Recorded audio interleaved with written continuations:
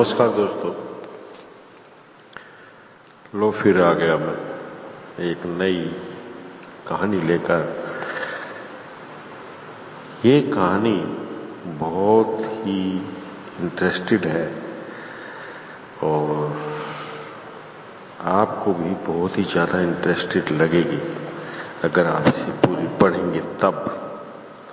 और मेरी ये उम्मीद है कि आप मेरी सारी कहानियों को पूरा ही पढ़ा कीजिए, क्योंकि पूरा पढ़ने पर ही कहानी का मजा आता है। बीच में कहानी थोड़ी सी पढ़ी और छोड़ दी फिर मजा नहीं आता। तो देखिए, ये कहानी इतनी इंटरेस्टेड है जिसे आप पूरे पढ़े बिना रह ही नहीं सकते। ये कहानी एक लड़के और उसकी नानी की है और वो लड़का दिमाग से थोड़ा बुद्धू था और नानी उसे समझाती भी थी, लेकिन उसकी समझ में कुछ भी नहीं आता था और वो हमेशा बुद्धू वाली बातें किया करता था। तो आगे सुनिए। उसकी नानी ने कहा कि तुम्हें इस जन्म में बुद्धि न आएगी, एक और जन्म लेना होगा। एक और जन्म लेने के लिए पहले मरना होगा। इसलिए गोल मटोल भीम मौत की प्रतीक्षा करने लगा। ये गोल मटोल भीम उस लड़के का नाम था जिसकी नानी उसे बुद्धू समझती थी। आगे सुनिए। पर वह यह न जानता था कि मौत कब और कैसे आएगी। एक दिन लकड़ी काटने के लिए उसने रास्ते के पास एक पेड़ चुना। टहनी काटने के लिए उसे खड़ा होना था और खड़े होने के लिए वहां जगह न थी, इसलिए वह उस टहनी पर ही खड़ा हो उसे काटने लगा। उसी समय रास्ते पर जाते एक बुढ़े ने गोल मटोल भीम को देखा। अरे भाई, ये क्या कर रहे हो, नीचे गिर जाओगे।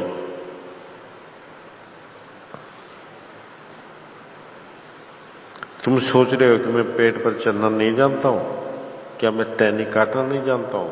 तुम कैसे कह रहे हो कि मैं गिर जाऊंगा? जाओ। वह बुढ़े पर झुंझलाया। थोड़ी देर में टहनी टूटी तो उसके साथ भीम भी गिरा, क्योंकि टहनी यक नहीं गिरी थी, धीमे धीमे गिरी थी, इसलिए भीम को कोई खास चोट नहीं लगी। पर उसे बुढ़े पर भरोसा हो गया, वह बुढ़ा जरूर कोई ज्ञानी होगा, इसलिए जो होने जा रहा था उसे साफ साफ बता दिया था। गोल मटोल भीम भागा भागा बुढ़े से मिलने गया। मुझे माफ कीजिए, मैं यह न जानता था कि आप त्रिकाल वेता हैं, इसलिए मैंने ऊट पटांग कुछ बक दिया, आपका अपमान किया। जैसा आपने कहा था वैसे मैं नीचे गिर गया। उसने उसको साष्टांग नमस्कार किया। मैंने कोई विशेष बात नहीं कही थी, जैसी जो बात थी वैसी ही कही थी। उठो उठो कहकर बुढ़ा गोल मटोल भीम को उठाने लगा।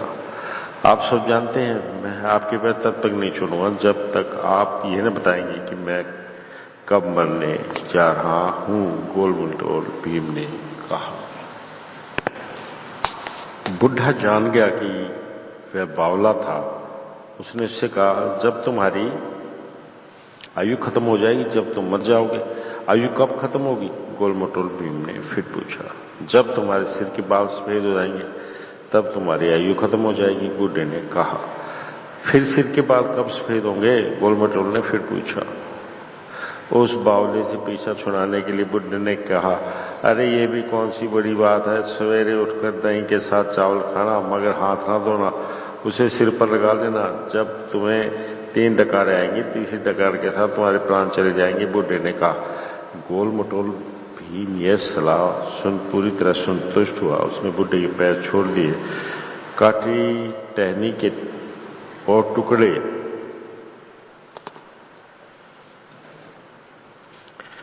करके गट्ठर बांधकर उन्हें घर ले गया। उसने नानी से कहा, नानी कल मुझे दही और चावल परोसना। नानी खुश हुई कि खाने पीने की चीजों का स्वाद तो कम से कम पोता समझने लगा था।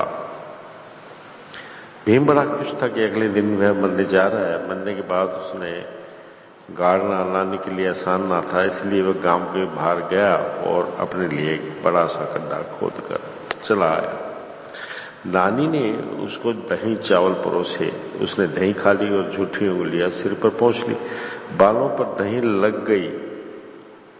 शीशे में देखने पर लगा कि उसे बाल कहीं कहीं सफेद हो गए थे। बाल सफेद हो गए थे अब, यानी आयु खत्म हो गई है, गोल मटोल भीम ने कहा।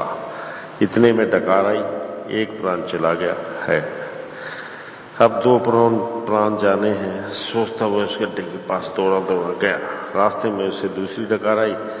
जब वह गड्ढे के पास पहुंचा तो तीसरी डकार भी आ गई। अब मैं पूरी तरह मर गया हूं, सोचकर भीम गड्ढे में कूदा और उसने अपने ऊपर मिट्टी डालने लगा। जब मिट्टी गले तक आई गई तो वह हाथों से काम न कर सका। अब उसका सिर्फ सिर ही गड्ढे में दिखाई दे रहा था। तो उस तरफ से एक कुत्ता आया। उसके सिर पर लगे दही की गंध पा वह उसके पास आया और सिर पर लगी दही चाट कर चला गया। इतने में एक सेठ उस तरफ घोड़े पर सवार होकर आया। जब उसने भूमि पर केवल सिर देखा तो उसे लगा कि किसी जीवित व्यक्ति का सिर न था। पर भीम उसे देखकर आंखों से इशारा किया कि गड्ढा भर दे। सेठ ने घोड़े पर से उतरकर पूछा, क्या किया है तुमने? तुम्हें किसने सजा दी है?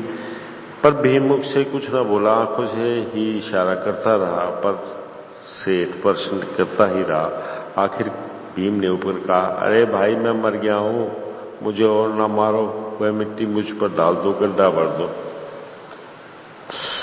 अरे मर गए हो तो फिर बात कैसे कर रहे हो? सेठ ने पूछा। वह ताड़ गया कि मैं पागल था।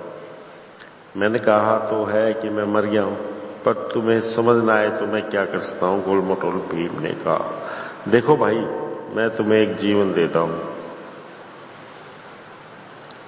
क्या तुम जानते हो कि यदि मनुष्य मर जाए तो आत्मा नहीं मरती है? सेठ ने कहा। नानी ने भी यही कहा था, स्वामी का भी यही कहना था।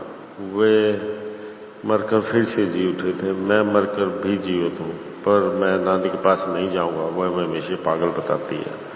अच्छा तो मेरे साथ आओ, कहकर सेठ ने उसे गड्ढे से ऊपर निकाला। सेठ को काम करने के लिए आदमी चाहिए था। वह तेल खरीदने के लिए जा रहा था। यह पीपा लेकर मेरे पीछे पीछे आओ, तेल खरीद दूंगा। उसे घर ले आना, मैं तुम्हें 4 आने मजदूरी दूंगा, उसके बाद घर में नौकरी दूंगा। मंजूर है? सेठ ने भीम से पूछा। भीम ने कहा, मंजूर है, और वह सेठ के साथ चला गया। वह सेठ जिसने गोल मटोल भीम को काम पर रखा था, शहर में पीपा भर तेल खरीद कर घोड़े पर सवार होकर गांव के लिए निकल पड़ा। भीम सिर पर पीपा रखकर घोड़े के पीछे पीछे चलने लगा। देखते देखते भीम की मर्जी हुई कि क्या अच्छा हो कि उसके पास भी एक घोड़ा हो। उसने सेठ से पूछा, इस घोड़े की कीमत कितनी है? 500 रुपये। क्या खरीदोगे? सेठ ने पूछा। गोल मटोल भीम चलता चलता सोचने लगा, घर आते ही सेठ चुन्नी देगा, उससे एक मुर्गी का अंडा और एक मुर्गे का अंडा खरीदूंगा। उसमें से एक मुर्गा और मुर्गी निकलेगी। फिर वे बहुत से अंडे देंगे। उनमें से कितनी ही मुर्गियां निकलेंगी, वे फिर कितने ही अंडे देंगी। उन सबके बड़े होने पर बेचने पर 100 रुपये मिलेंगे। उन रुपयों से कई भेड़ खरीद लूंगा। कुछ समय में होते होते भेड़ों का बड़ा झुंड बन जाएगा। उस झुंड को बेचने पर आसानी से 500 रुपये मिल जाएंगे। फिर घोड़ा खरीदकर उस पर सवार को हवा से बातें करूंगा। भीम ने यह सोचते सोचते पीपा हाथ से छोड़ दिया और हाथ इस तरह आगे पीछे करने लगा जैसे कोई लगाम खींच रहा हो, और भागने लगा। तुरंत पीपा नीचे गिर गया और तेल मिट्टी में मिल गया। पीपे को गिरा देख सेठ पीछे की ओर मुड़ा, घोड़े से उतरा। उसने गुस्से से पूछा, यह क्या हुआ? गलती मेरी नहीं है। मेरे घोड़े ने आपके घोड़े से आगे भागने की सोची, गोल मटोल भीम ने कहा। उसकी बात सेठ न समझ का गोल मटोल भीम ने अपने सारे सपने उसे सुनाए। फिर उसने अपनी मजदूरी की चुन्नी मांगी। मेरा इतना नुकसान किया, फिर चुन्नी भी मांग रहे हो? जब तक ये नुकसान पूरा नहीं हो जाता तब तक तुमसे काम करवाऊंगा और तब ही तुम्हें चुन्नी दूंगा। खाली पीपा भीम के सिर पर रख वह घर ले आया। सेठ के घर में एक बड़ा सफेद कुत्ता था। उसके एक फोड़ा था। रोज सेठ उसकी समय दवा किया करता था। अब चूंकि एक नौकर मिल गया था, इसलिए उसने भीम से कहा, कुत्ते के फोड़े पर दवा लगाओ। देखो उस पर मक्खियां ना आए।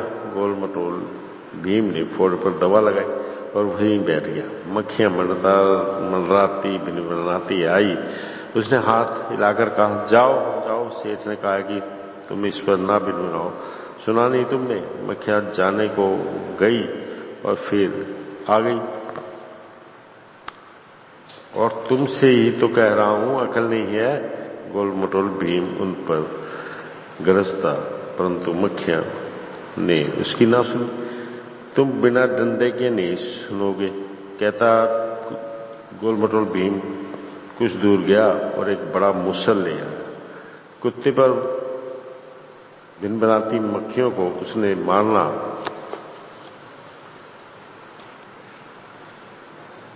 चाहा। यह देख कुत्ता घबरा गया और बाहर भाग गया। भीम उसके पीछे भागा। दोनों गांव के बाहर आ गए। सेठ के भागते कुत्ते को देख गांव के और कुत्ते भी पीछा करने लगे। गोल मटोल भीम कुत्तों के उस झुंड के पीछे भागा। इस गड़बड़ी में सेठ का कुत्ता कहीं गायब हो गया। गोल मटोल भीम ने एक और सफेद कुत्ते को पकड़कर कहा, सोचा था कि बचकर निकल जाओगे, चलो घर चलो। कुत्ते ने उसे काटने की कोशिश की। उसने उसका मुख जोर से दबा दिया। उसे उठाकर सेठ के घर आया, पर वह रास्ते में ही मर चुका था। सेठ ने कुत्ते को देखकर पूछा, ये कुत्ता किसका है? इसे यहां क्यों लाए हो? उस पर वह उबला, ये हमारा ही कुत्ता है। सफेद कुत्ता दिखाई नहीं दे रहा आपको? गोल मटोल भीम ने कहा। पगले, यदि हमारा कुत्ता होता तो उसका फोड़ा कहां है? सेठ ने पूछा।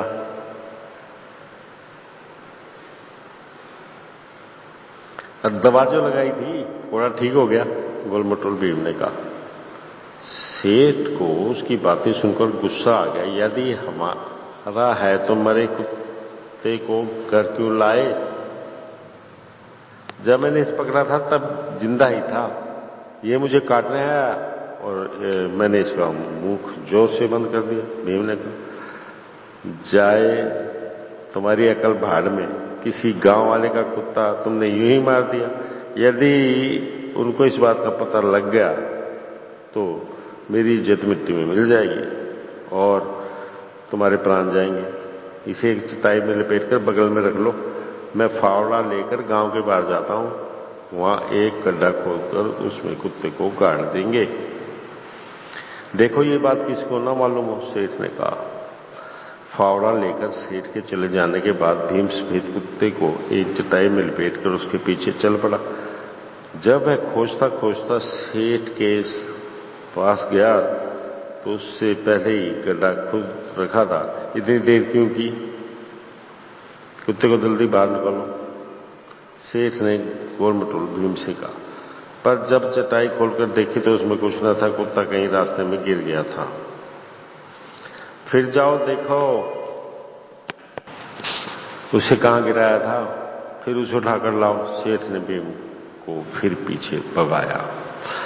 उसे ये याद ना था कि किस रास्ते वह घर आया था। वह एक और रास्ते से सेठ के घर गया। रास्ते में उसे कहीं मरा कुत्ता न दिखाई दिया, पर जब वह घर पहुंचा तो उसने देखा कि सेठ का सफेद कुत्ता कोने में पड़ा सिसक रहा था। अरे चोर कहीं का, मिल गया, कहकर गोल मटोल भीम ने उस कुत्ते को लेकर सेठ के पास गया। मिलेगा नहीं तो कहां जाएगा, ये लीजिए इसे काट दीजिए। अरे गधे कहीं के, ये हमारा ही कुत्ता है, जिंदा है, इसे क्यों काटा जाए? वह कुत्ता मरा हुआ कहां है? सेठ ने पूछा। आप मना कर रहे हैं, पर जो कुत्ता मर गया था वह यही है। उस सन्यासी की तरह ये भी जी उठा है, गोल मटोल भीम ने कहा।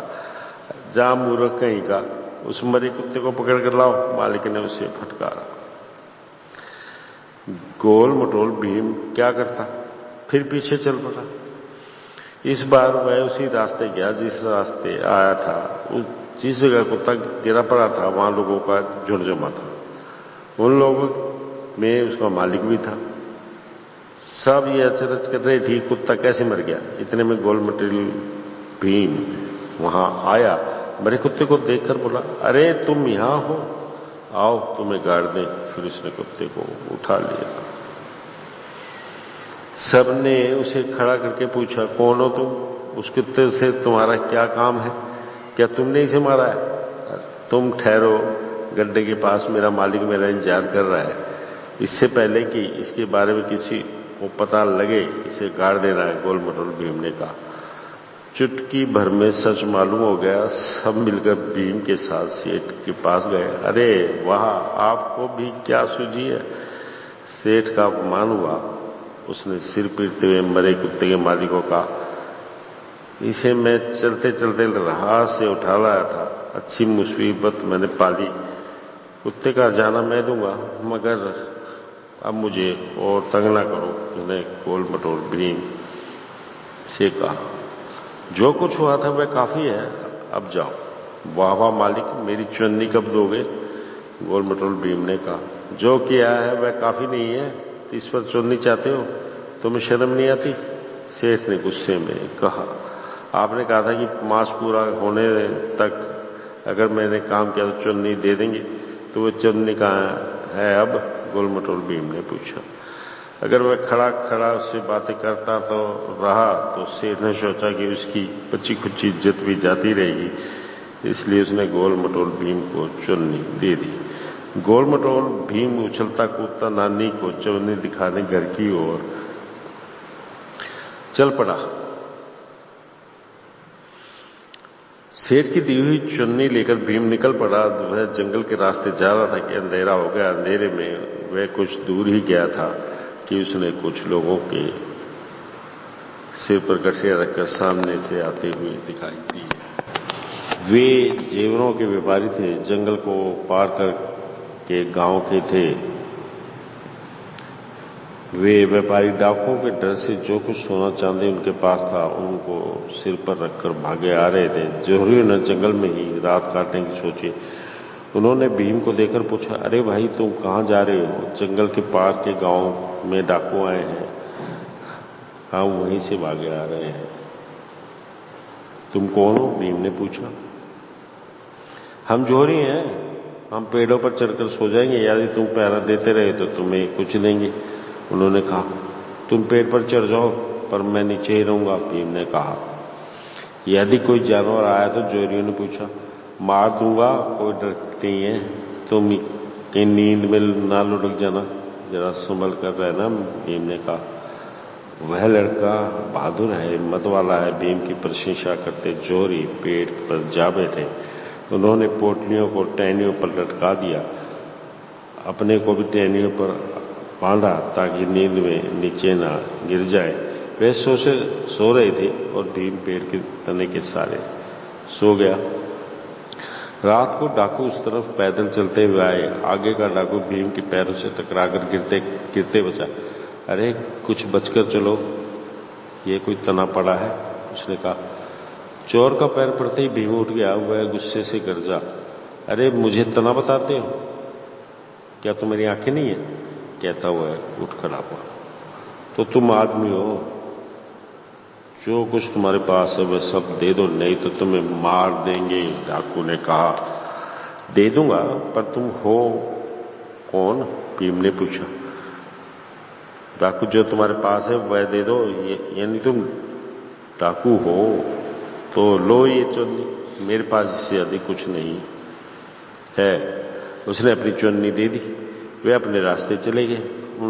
के कुछ दूर जाने के बाद भीम ने पुकारा, अरे डाको, ये चुन्नी मुझे एक सेठ ने दी थी। यदि यह चुन्नी खोटी हुई तो बाद में मुझे भला बुरा कहने से कुछ ना होगा। इस पेड़ पर जोरी बैठे हैं, उनको उठाकर पूछो कि वे चुन्नी अच्छी है या खोटी। जोरी का नाम कानों में पड़ते ही डाकुओं को ना जाने जोश कहां से आ गया। उन्होंने सारा पेड़ छान डाला, जोरियों की खूब मरम्मत की, उनकी गठलियां ले ली। उन्होंने भीम से कहा, तुम भी हमें शामिल हो जाओ, तुम्हें डाका डालना सिखा देंगे। अच्छा, तो मैं भी शामिल हो जाऊंगा, चाहे मैं कहीं भी रहूं, सब मेरे लिए एक ही है, भीम ने कहा। भीम चोरों के साथ मिल गया। भीम चोरों के साथ मिल तो गया, पर वह चोर जल्द ही जान गए कि सिवाय शारीरिक बल के उसमें बुद्धि कुछ भी ना थी। इसलिए उसे वैसा कोई काम ना देते जिसमें बुद्धि की जरूरत होती। उसे हमेशा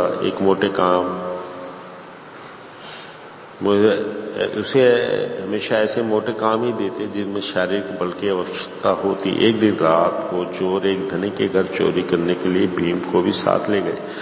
उन्होंने सेंध लगाई, भीम को घर के अंदर भेजते हुए कहा, तुम्हें वे चीजें ही उठाकर हमें इस सेंध में से पहुंचाओ जो भारी हो। उनका यह ख्याल था कि कीमती चीजें भारी संदूक में ही थी। भीम उनका कहना मान गया। उसने सारा घर छान डाला, उस घर सब चीजें उठाकर देखी। बड़े बड़े संदूक भी उसे हल्के लगे। आखिर उसे रसोई में सिल दिखाई दी। उसने उसे हिला तो दिया, पर जब उसने उसे उठाना चाहा तो वो उठा ना सका। यही तो चोर चाहते थे, यदि कोई मदद करे तो इसे कंधे पर उठाकर ले जाया जा सकता है। ये सोचकर उसने जब इधर देखा तो उसको रसोई घर के कोने में रसोईया सोता हुआ दिखाई दिया। भीम उसके पास गया, उसे उठाकर उसने कहा, जरा उठो, इस सिल को उठाने में मदद तो करो।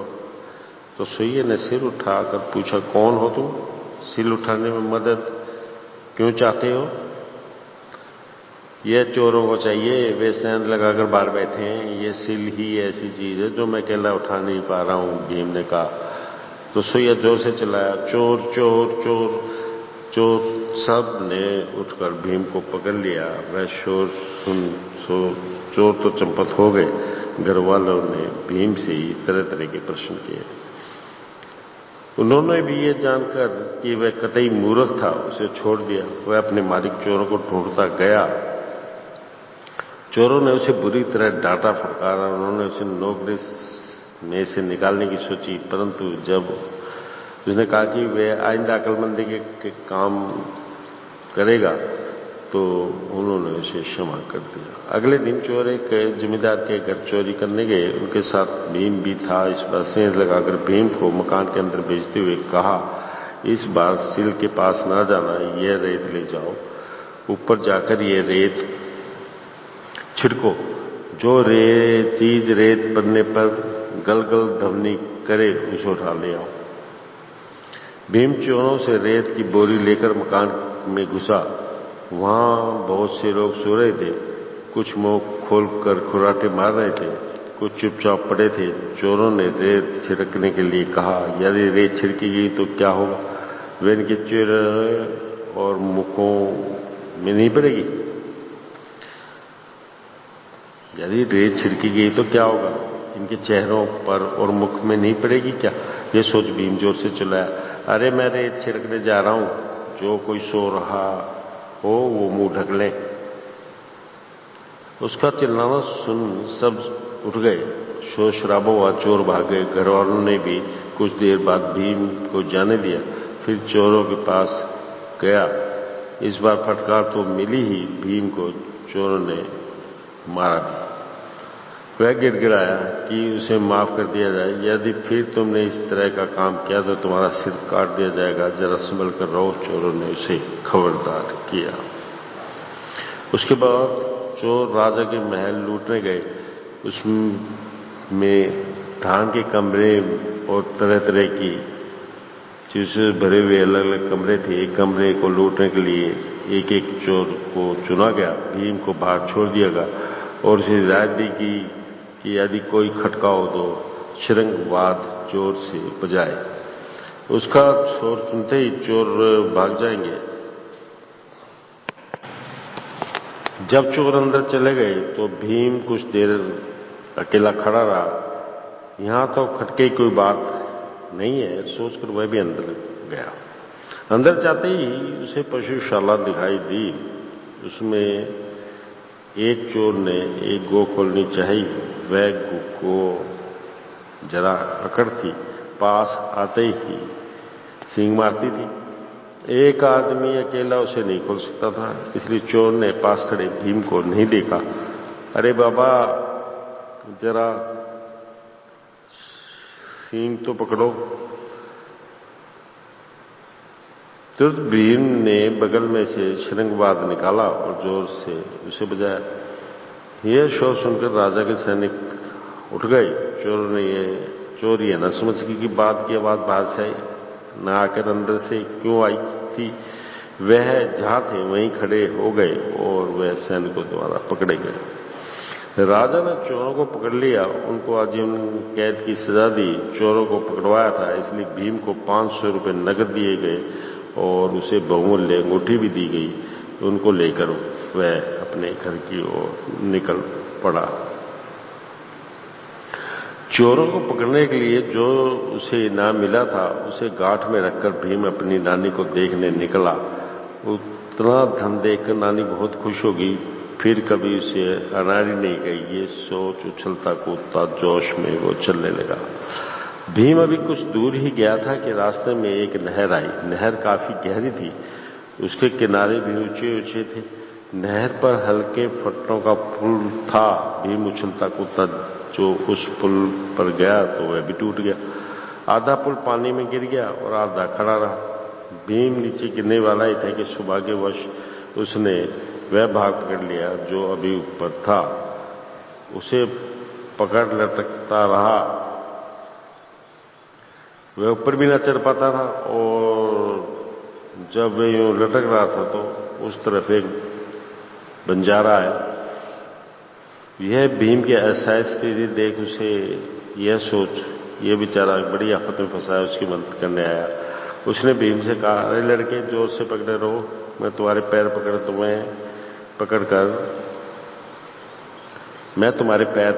तुम्हें किनारे पर खींच दूंगा। बंजारा जिस तरफ खड़ा था उस तरफ नदी में एक बड़ी सी चट्टान जाती थी। बंजारा उस पर खड़े होकर हाथ फैलाकर भीम के पैर छूता था। यदि वह जोर से खींचता तो वह किनारे पर आ सकता था। बंजारा उस पत्थर पर गया। उसने हाथ बढ़ाकर कहा, अरे भाई अपने पैर जरा मेरी ओर करो। अरे अब क्या गाना गाया जाए, मेरा सिर, बंजारे ने कहा। गाते हो या हाथ छोड़ने के लिए कहते हो, भीम ने पूछा। तुम्हारा भला होगा ये न करना, कहकर बंजारा गाने लगा। बिना तुम बुरा बजाए गा रहे हो, भीम ने पूछा। मैंने हाथों से तुम्हारे पैर जो पकड़ रखे हैं कैसे बजाऊंगा, बंजारे ने कहा। यदि हाथ खाली न हो तो उसे मुझे दे दो। भीम ने पुल पर से हाथ छोड़कर बंजारे की ओर बढ़ाया। दोनों इतनी ऊंचाई से नहर में जा गिरे। सौभाग्यवश नहर में अधिक पानी न था, इसलिए वे डूबे नहीं। बंजारे को बड़ी चोट लगी, क्योंकि वे बंजारे पर गिरा था, इसलिए भीम को भी अधिक चोट न लगी।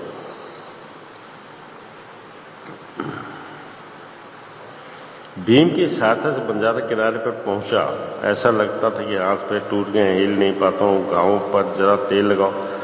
ये दो आने और बर्तन लेकर वहां जो गांव दिखाई दे रहा है वहां से सरसों का तेल ले आओ।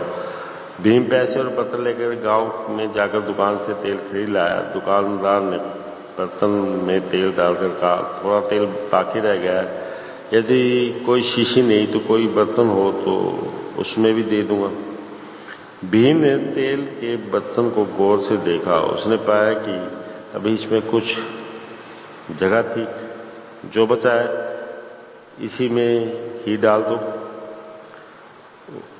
इस थोड़े से तेल के लिए एक और बर्तन की क्या जरूरत है, कहकर उसने बर्तन पलट दिया। सारा तेल नीचे गिर गया।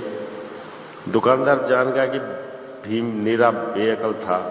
उसने बाकी तेल बर्तन की तय में डालकर उसे जाने के लिए कहा। भीम उस बर्तन को बड़ी होशियार से बंजारे के पास ले आया। क्या दुआने का इतना ही तेल आता है? क्या बर्तन तो नहीं दिया था? बंजारे ने पूछा। यह तो वह तेल है जो बच गया था, जो असली तेल था वह यह रहा। उसने फिर बर्तन पलटा। इस बार जो तेल तह में था वह भी नीचे गिर गया। बड़ा भला किया तुमने, अब तुम अपने रास्ते जाओ, कहकर बंजारे ने जो तेल नीचे गिरा था उसे अपनी चोटों पर लगा लिया। भीम बड़ा खुश हुआ कि बंजारे ने उसकी प्रशंसा की थी। बड़ी खुशी खुशी चल पड़ा। भीम जंगल के रास्ते से नानी के गांव जा रहा था कि रास्ते में उसे एक जगह एक पेड़ पर एक सुंदर घोड़ा बंधा दिखाई दिया। भीम घोड़े के पास रुका और खुशी खुशी उसे देखने लगा। जब से उसने साहूकार को घोड़े पर सवार देखा था, वह भी घोड़े पर सवारी करने के लिए उतावला हो रहा था। साहूकार ने बताया था कि घोड़ा 500 रुपये में खरीदा जा सकता था। चोरों के पकड़वाने पर उसे 500 रुपये इनाम जो मिले थे, यह थोड़ा साहूकार के घोड़े से बहुत अधिक सुंदर था। भीम ने सोचा कि क्या चाहो यदि यह घोड़ा कोई उसे बेच दे। वह सोच ही रहा था कि पेड़ के पीछे से कोई आया। उसने पूछा, तुम कौन हो? तुम उस घोड़े की तरफ क्यों देख रहे हो? क्या इसे बेचोगे? मैं खरीदूंगा, भीम ने कहा। उस आदमी ने कुछ देर सोच कर पूछा, क्या दोगे? क्या तुम सोच रहे हो कि मैं इस घोड़े का दाम नहीं जानता हूं? 500 रुपये ये ले लो, इस थैली में 500 रुपये चाहे तो ले लो। उस आदमी ने वह थैली ले ली। उसने कहा, तुम ले जाओ इस घोड़े को। सच तो यह था कि वह घोड़ा उसका ना था, किसी जिम्मेदार का था। उस जिम्मेदार की एक लड़की थी जिसका नाम महालक्ष्मी था। घुड़सवारी से वह बड़ी निपुण थी। जब उसके पिता उसके लिए वर खोज रहे थे तो उसने शर्त लगाई थी कि जो कोई उस घोड़े पर सवारी कर सकेगा उससे ही वह शादी करेगी। इस घोड़े पर सवारी करना आसान ना था। कई ने सवारी करने की कोशिश की पर वे सफल न हुए और अपमानित भी हुए। इस प्रकार अपमानित हुए एक व्यक्ति ने मौका देखकर ये घोड़ा चुरा लिया। उसे जंगल में बांधकर वह एक आदमी को उसकी रखवाली के लिए छोड़कर चला गया। उस आदमी ने जब वह घोड़ा भीम को बेच दिया था, यदि भीम 50 रुपये भी देता तो वह उसे दे देता। यह भीम न जानता था। वह तो यही जानता था कि घोड़े के दाम 500 रुपया था। जो एक बात उसके दिमाग में घर कर जाती थी वह फिर ना बदलती। उसका दिमाग भी तो उसी की तरह मोटा था।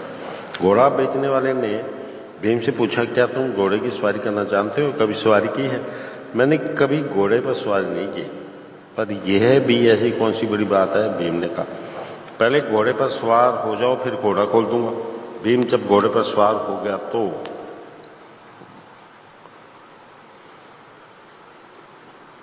उस आदमी ने घोड़े के गले में बंधी रस्सी खोल दी।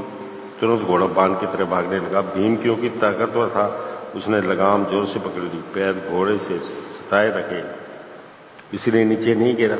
और कोई होता तो तेज घोड़े पर से कभी का गिर गया होता। भीम नीचे तो गिरा नहीं, पर ना वह उसकी तेजी भीम नीचे तो नहीं गिरा, पर ना वह उसकी तेजी कम कर सका, ना उसको वहां से ले जा सका जहां ले जाना चाहता, ना उसे रोक ही सका। वह यह भी ना जानता था कि वह किस तरफ जा रहा था। जानता भी तो कोई फायदा ना था। चाहे वह जांचता था, उस घोड़े की ही इच्छा थी। उसकी इच्छा इसमें कुछ भी न थी। घोड़ा ठीक जमींदार के घर पहुंचा। रुको, जमींदार के नौकर चिल्लाए। जो घोड़ा चोर चुरा ले गए थे वह वापस आ गया और उन्होंने भीम को घेर लिया। चोरी? वाह, इसे तो मैंने 500 रुपये में खरीदा है, कोई नुकसान नहीं हुआ, खूब दौड़ता है। नौकर भीम को जमींदार के पास ले गए। भीम ने जमींदार को इतना ही कहा कि इसे चोरों को पकड़वाने के कारण 500 रुपये इनाम में मिले थे, तो उस 500 रुपये से जंगल में घोड़ा खरीदा। अब उस पर सवार होकर यहाँ आया हूँ। जब महालक्ष्मी को यह मालूम हुआ कि उसको घोड़े पर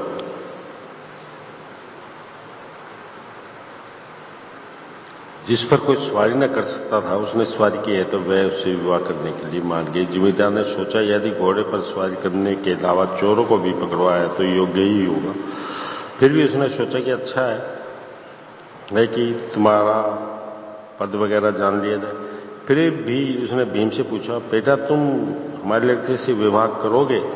हाँ, मेरी नानी भी खुश होगी। मेरी नानी ये सोच बड़ी तंग रहती है कि मेरी कभी शादी न होगी। भीम ने कहा, यदि मैं अपनी लड़की की शादी तुमसे कर दूं तो तुम क्या दोगे? जमींदार ने पूछा। वाह, नानी ने घड़े में सोना भर रखा है, वे सवा ले लीजिए। भीम ने कहा, ओह, ये तो अच्छा संबंध है। घड़ा पर सोना तो हमने कभी देखा नहीं है। यह सोच जमींदार ने विवाह के लिए मुहूर्त निश्चय किया और नानी और सोने के लिए जमींदार ने आदमी भेजे। जिसे पगला कहा करती थी वह अब किसी जमींदार के घर आई। जब तक भीम की उस लड़की से शादी न हो गई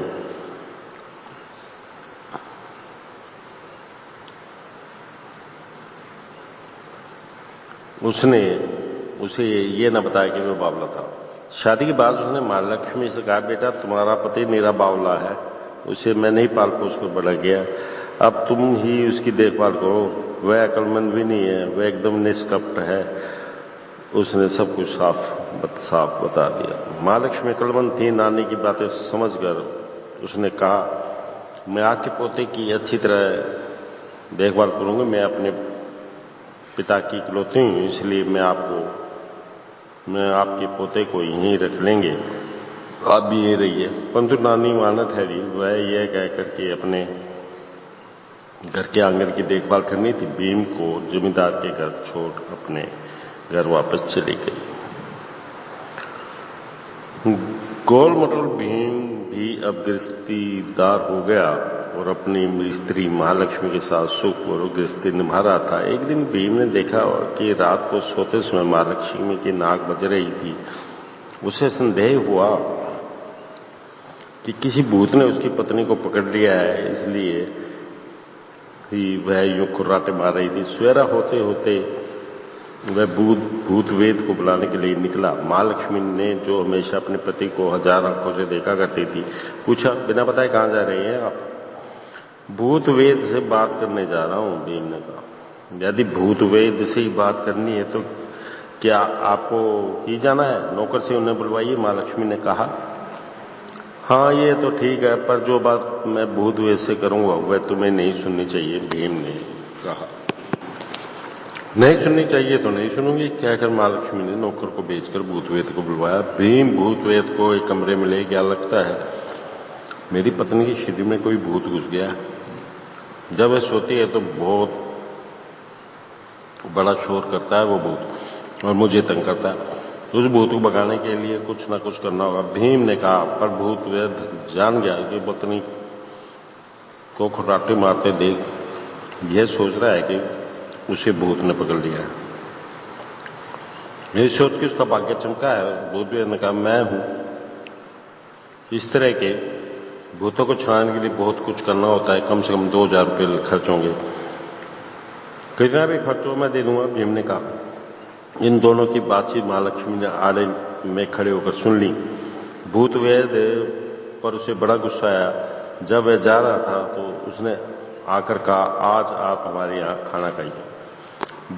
भूतवेद इसके लिए मान गया। महालक्ष्मी ने उसे खूब खिलाया पिलाया। खा पीकर भूतवेद एक जगह लेट गया। पेट भर खाया था इसलिए वह नाक बजाने लगा। महालक्ष्मी ने अपने पति को भूतवेद को दिखाकर कहा, देखो इस भूतवेद ने कितना धोखा किया है। मेरे शरीर की लक्ष्मी को हथेने के लिए इसने मुझ पर एक भूत छोड़ा। जब वह रात को मेरी नाक में से घुसा तो लक्ष्मी ने लात मारकर भगा दिया। उस भूत ने अब वैद को ही पकड़ रखा है। देखिए वह कैसे खुराटे मार रहा है। यदि उसे भरकस दूर ना रखा गया तो वो हमारी लक्ष्मी छीन लेगा। तो ये बात है। क्या था, भीम उठा, सोते हुए भूत वैद को उसने एक मुक्का मारा। अबे भूत के बच्चे, निकल मेरे घर से। अगर फिर कभी अपनी शक्ल दिखाई तो जान निकाल दूंगा। नींद से हठात उठाया गया था, इसलिए वह सचमुच इस तरह भागा जैसे उसे भूत ने पकड़ लिया हो। उसके बाद यदि कुछ उटपटांग बातें कभी भीम के मन में आती भी तो बिना पत्नी की सलाह के वह कुछ न करता। इस तरह वे बिना किसी घटना के हमेशा सुख से गृहस्थी बिताने लगे।